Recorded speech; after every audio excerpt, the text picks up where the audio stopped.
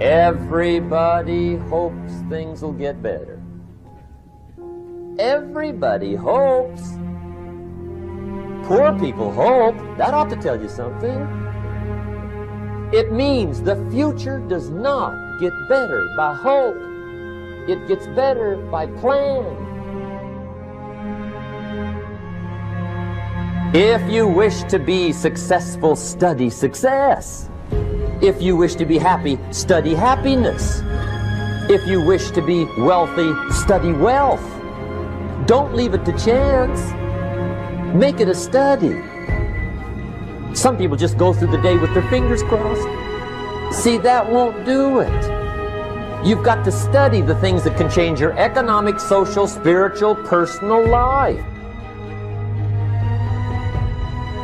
If you don't like how it is for you, change it. If it doesn't suit you, change it. If it doesn't please you, change it. If it isn't enough, change it. And I challenge you to do that because you can change. See, you don't ever have to be the same again after tonight, only by choice. You must know what you are going after. You can't live your life meandering around hoping you hit something, and whatever you hit, you say, that's what I was aiming at. You have to have a specific target in mind. Most people don't succeed at getting what they're going after because they don't take the time to research what they're going after. They ask for things and then see if they want them. But you have to be careful about that, because if you ask for something, you might get it. You need to be sure that that's what you want to see happen in your life. Know what you're going after. So before you go after it, ask God, is it yours? Because if it's not yours, and the only reason you're going after it is because it looked good on somebody else, you begin to covet what belongs to somebody else. Most people want everything they see somebody else with. They buy clothes that don't look good on them. They wear hairstyles that don't look good on them. They buy houses they can't afford because they're trying to keep up with somebody else. But if you really want to be a winner, if you really want to come off as successful, if you really want to be bright, only go after things that are meant for you to have. It will make you look successful. And what makes you look bright is when you pick your battles. There are some things that you don't fight because that's not your fight. You don't get into that thing. You don't pick those battles. You don't covet what you see somebody else fight down because they're anointed to fight that. They can do that. You might not be gifted to fight that area, and you don't want to covet somebody else's battle or covet somebody else's success. Covet, and the other word I want you to think about is the word envy, because envy is the attitude that you have about other people's success. And the quickest way to stop being envious of other people's success is to know that everything in your life is preparing you for that thing, that there are in your life defining moments. This is a critical issue. There are in your life defining moments, moments that if you handle properly, they are pivotal points that change your life for a lifetime. It is at these moments that if you know what you're going after, everything that you went through before is justified in preparing you for these defining moments. Know what you're going after. Be clear about your direction. Don't wake up in the morning and see if something's going to happen. Wake up in the morning to make something happen. Get up out of the bed with an agenda. Oh, I lost half of you on that.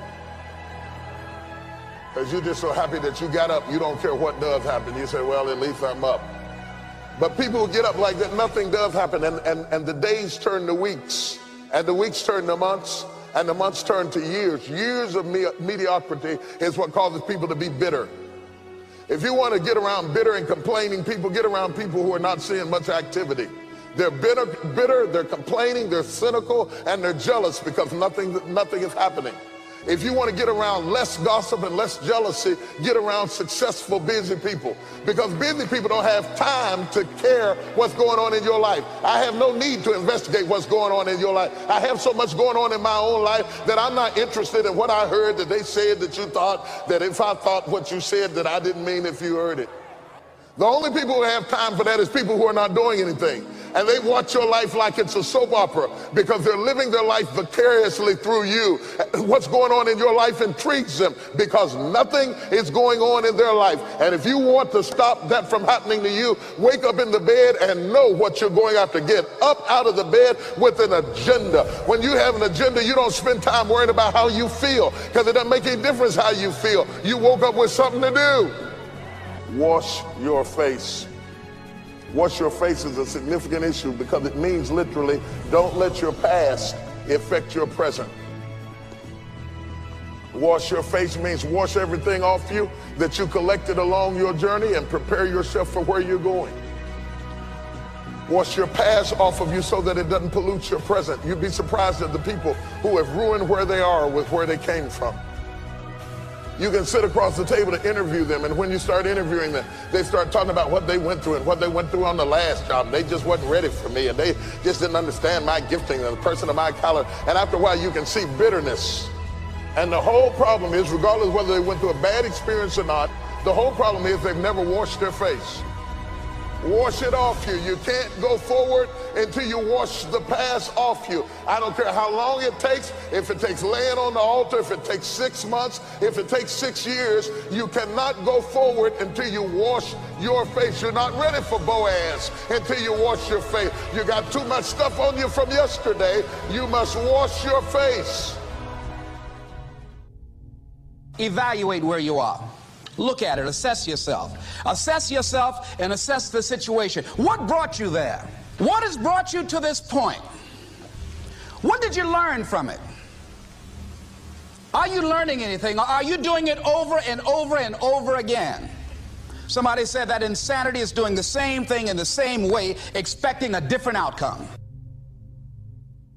Don't let this year be like last. And if last year was great, still don't let it be that way. Raise the standard. If your life is perfect and extraordinary, you darn well know you're not going to be happy unless you keep making it better. That's what makes us feel alive. It's not what we get that makes us happy. It's who we become and what we're able to give because we become more. If you want to begin to move, you've got to clear your mind of all the unnecessary luggage and baggage that's weighing us down. You're going to have people to do things to you. Things are going to happen to you. And the most important thing to do is to harness your will and let it go. And move so you can grow, so you can get on with your life. It doesn't matter about what happens to you. What matters is, what are you going to do about it? If there's anything that'll shift your life, that'll get you to thrive in a difficult situation, is take some massive action. Try something else. Change it, try it, move it.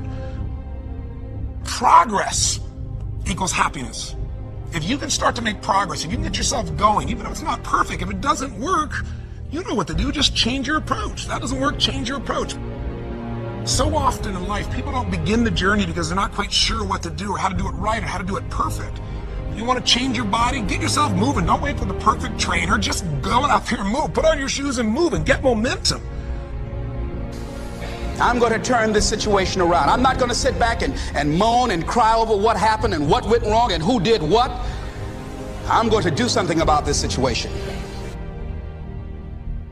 The other thing is, take full responsibility for your life.